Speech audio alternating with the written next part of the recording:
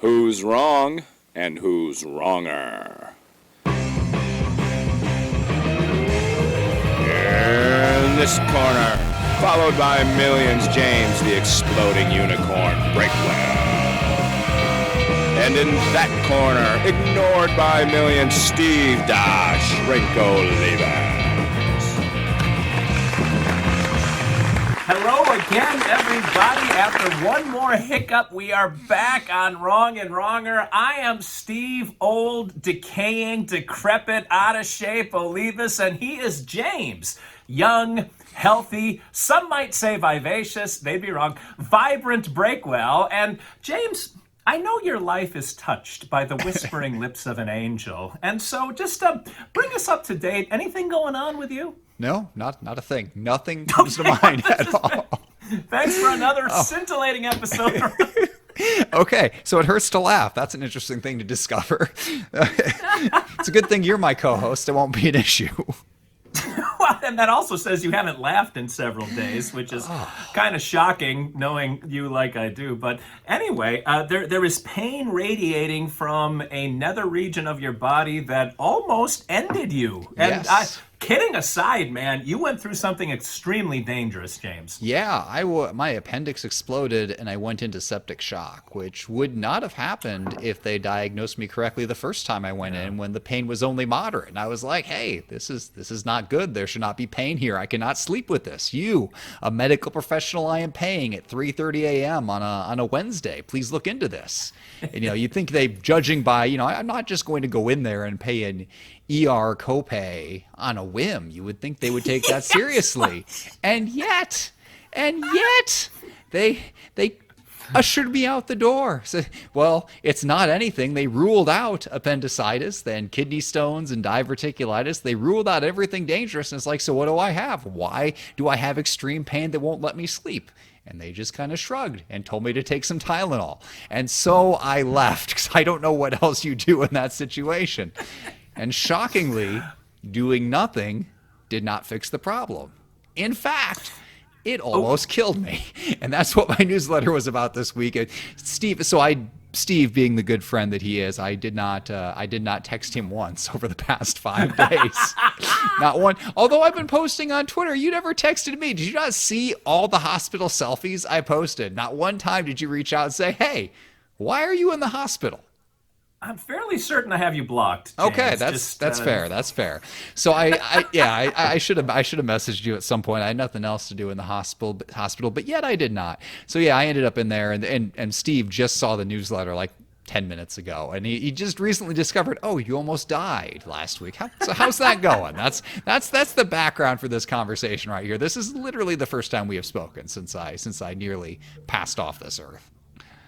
Nearly passed off this earth. And appendicitis seems like one of the easier diagnoses to make, just given where the pain is coming from and the type of pain you were describing. I'm surprised they were flippant about just disregarding that outright. Like your explanations in your newsletter did not seem to compute, I'm sure, with most of the medical professionals out there. I really am surprised that wasn't at the top of their hit list. Yeah, I mean, it should have been. And there was actually, so the second time I went back to the same ER, but with a better set of medical professionals, like one of the nurses there, it's like, oh yeah, when you were describing your symptoms, I knew that was appendicitis. She's like, mine did the same thing. It feels like you've got bad gas that's stuck. And then she said, and then she took herself to the ER, and because she was a nurse, they took her seriously and did not send her out into the wilderness to die. So, she had that nurse's privilege going for her.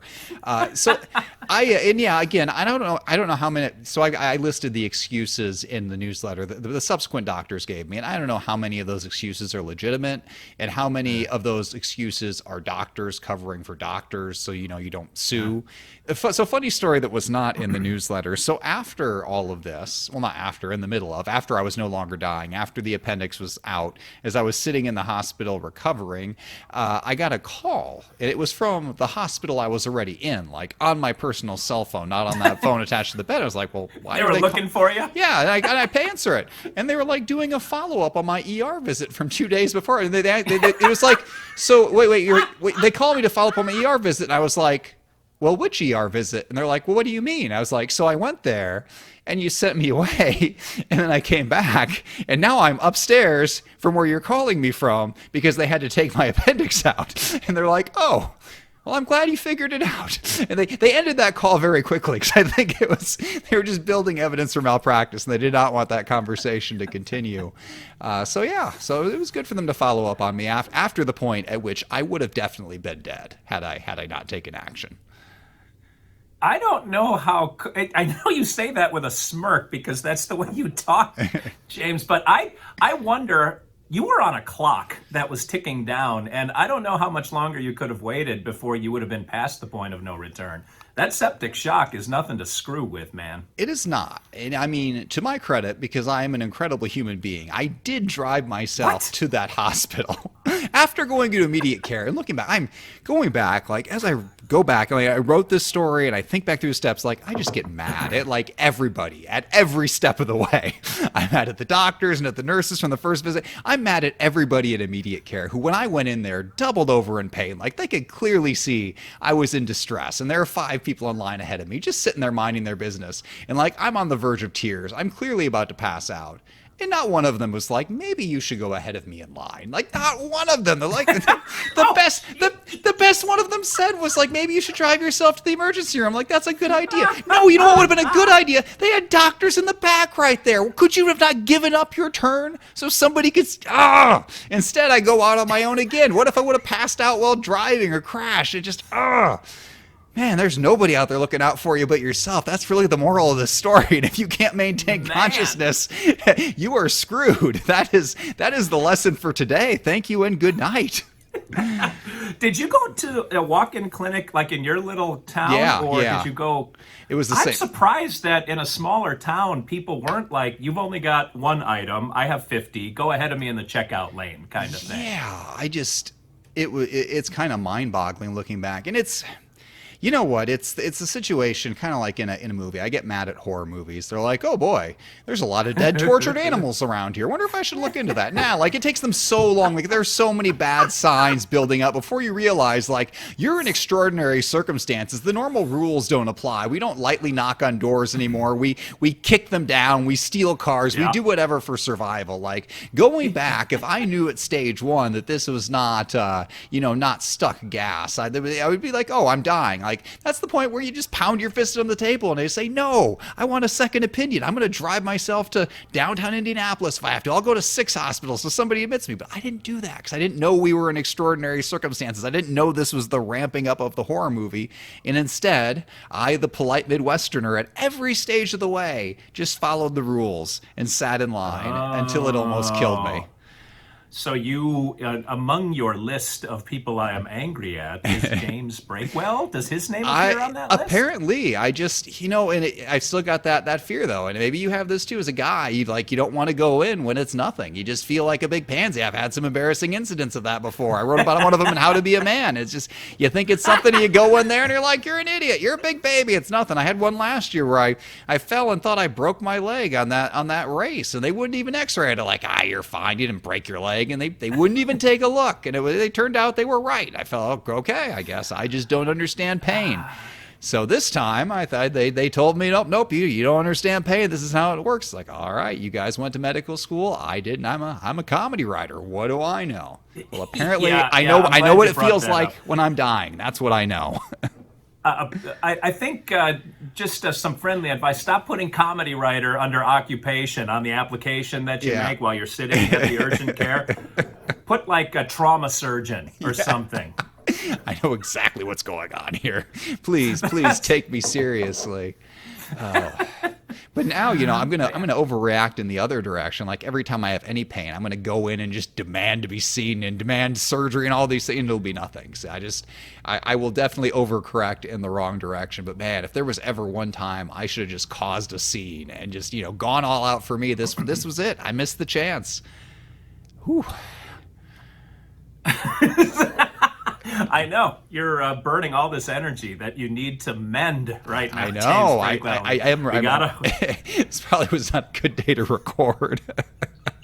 I'm literally recovering from surgery. I've still got a bag hanging out of my body. Luckily, it's off camera. I thought as I went to do this, like, oh wow, I've never looked worse in my life, and I'm gonna record this with you right now. I've been working so hard on getting in shape and doing all this stuff, and now I can't go in the gym for like 8 weeks. I've got a 20-pound weight restriction.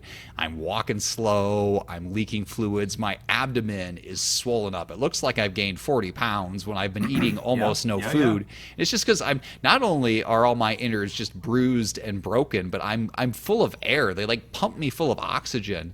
That apparently how it's going to come out at some point is it's going to drift up to the highest point of my body it can get to, like maybe my arms and shoulders, and then those will swell up, and I guess the air will just gradually go through my skin, unless I don't know if I have the option to pop it like a balloon or not. But there are strange and unpleasant things ahead. Like for how this tube comes out, like they put it in when I was asleep, and I'm really not clear on the process on how it comes out. But I'm kind of afraid it just involves one big yank, and that is what keeps me up at night. Was it? Let's see if we can be discreet. No, it's not. It's not a this... catheter. It's not a catheter. Okay, because I've got a little experience in that arena that I could walk you through. You know what? That was my biggest fear through all of this, other than dying, which I was pretty sure, like, as bad as it was, I figured, I'm probably too stubborn to die. I drove myself here. I'll make it.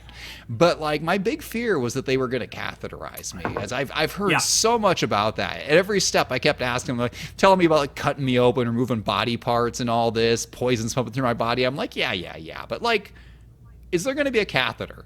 And they finally said, yes, there was, but they did it after I was already out, and they removed it before I woke up, which was spectacular. Oh, really? And they had to give me one, though, because my appendix, which is apparently in the wrong spot, either because it swelled and shifted or because it was just always there, was right behind my bladder, which was at the final stage of my almost dying. That's where all the pain was, which is quite unpleasant.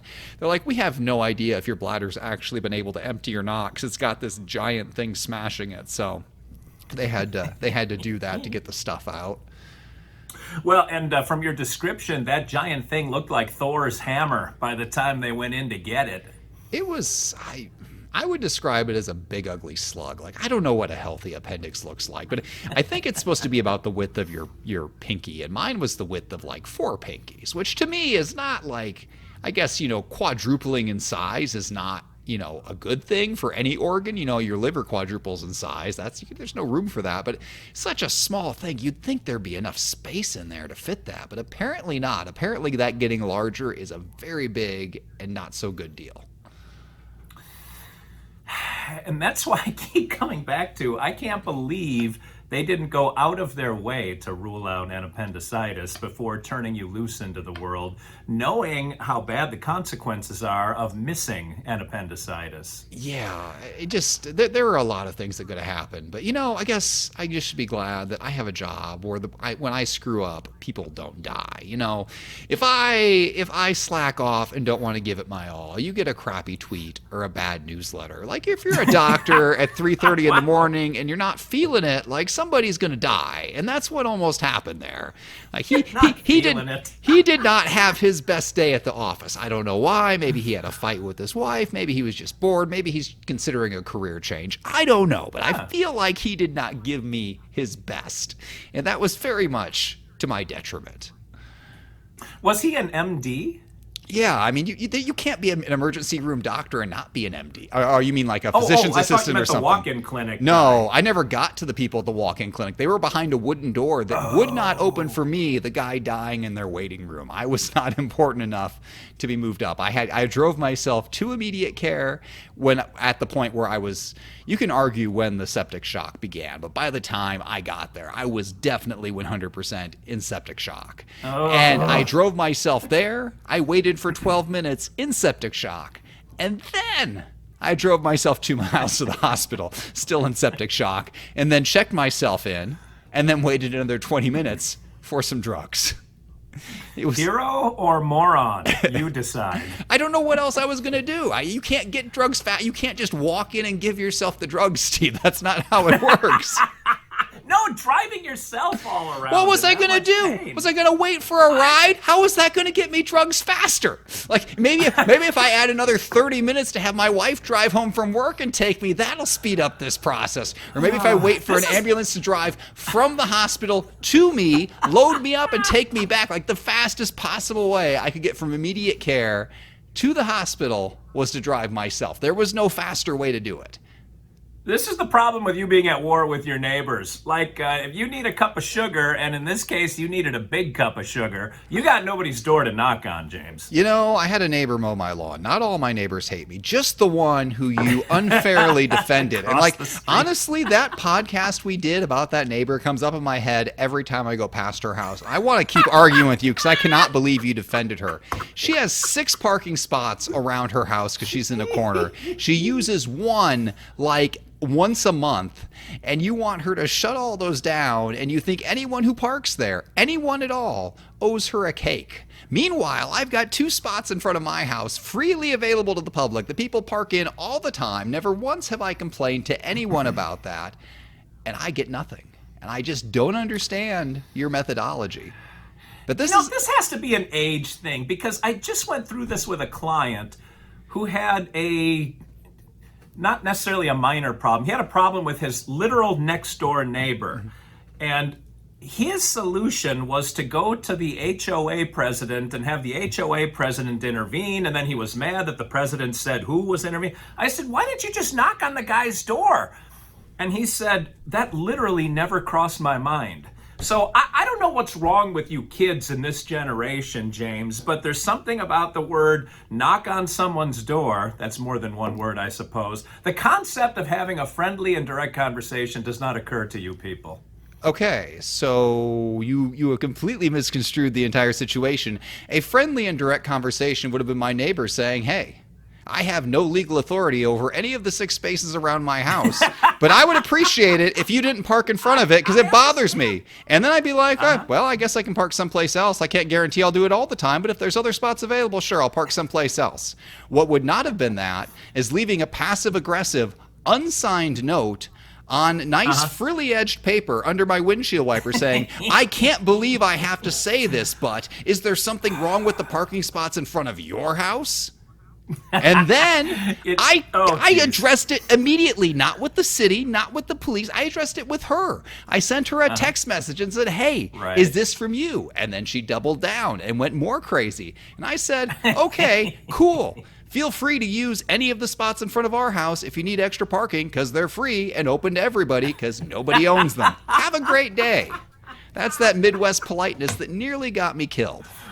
Oh, my God.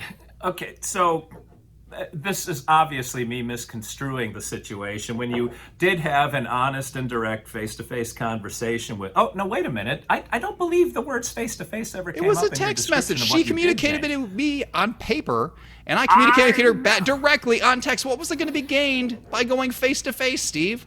What happens there? You just there's so many people today that think that then they're like you, they're old. They're like, well, if I could just see somebody face to face, I would fix this. It doesn't change anything. The circumstances don't change. I don't need to see your ugly face to know who owns the parking spot. There is a level of civility that may not change things, but you certainly have a higher probability of changing things if you take the high road. I took the high road.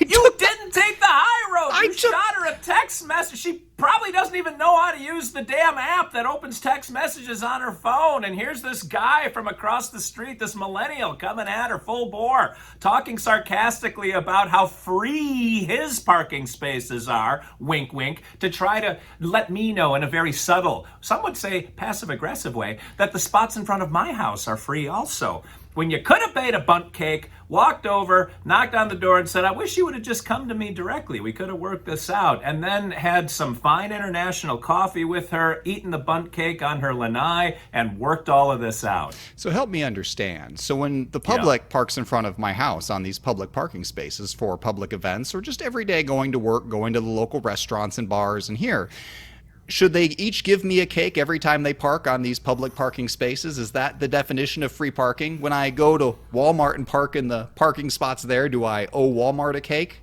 Like, help me understand the meaning of free parking here. I'm not arguing with the logistics of your position, James. I'm arguing with the way they were handled.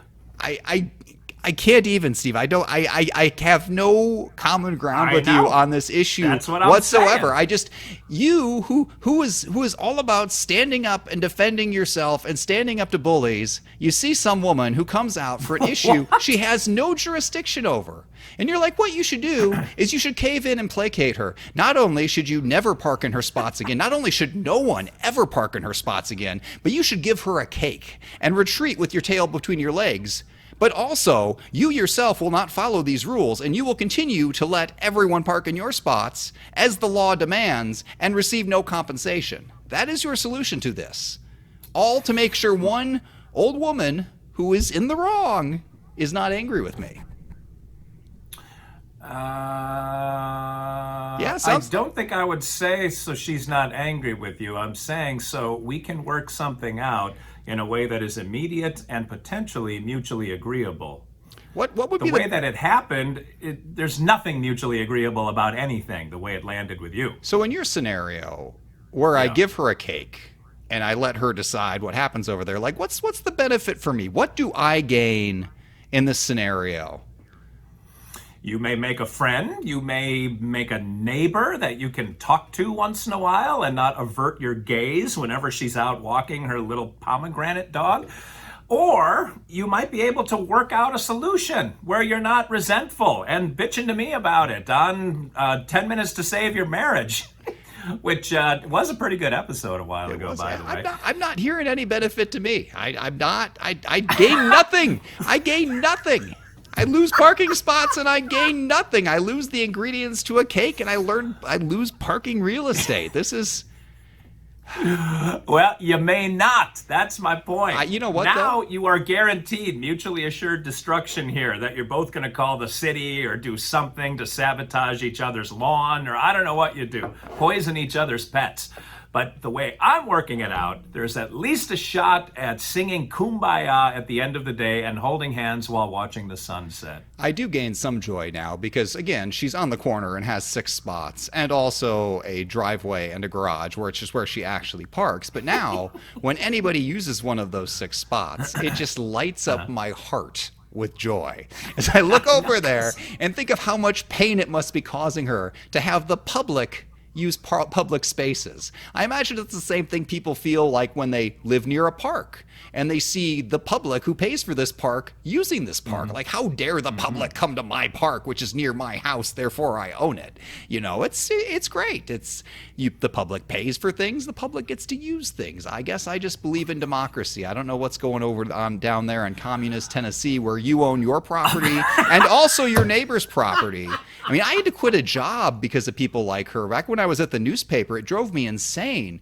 Nobody wants zoning. Nobody wants rules. Nobody wants anyone to be able to tell them what to do with their property. They are free citizens. They can do what they want. But the second anybody else wants to build anything near them, they want to tell that person what to do. That was every public meeting I ever went to. You think you can just build a fire station in my neighborhood? How dare you? You're going to build a hospital here? I think not. There is no building you can think of, not one, that somebody won't come out in public and complain about. And they will complain about it in a very specific way. They will say, this is going to kill my children. Like, honest to God. They're like, you can't build a hospital here. There's going to be ambulances running up and down. What if it runs over my kid? Well, gee, Martha, I bet you they'll stop and they'll toss that kid in the back of the ambulance and they'll take him right to the ER and then they'll misdiagnose him. That's what's going to happen. Oh, and scene. Okay. Brought that full circle. That was well done. And now we've brought the viewers, all 3 of them, on Wrong and Wronger up to speed with the bizarre and somewhat avoidable argument you're having with your neighbor across the street. I can't believe after the second time we've revisited Yep. this topic that you're just as stubborn as before. This just convinces me of the futility of addressing it with her face to face because you're of the same generation. You own your neighbor's property. She owns all the land around her. It is what it is. Old folks can't be reasoned with. So I guess it's good that we have this podcast. If I could bring this into the purview of what we've been talking about. I couldn't think of that word at first, and it did not come out willingly. That this is how doctors keep themselves from getting sued, as if they are likable to their patients. Yes.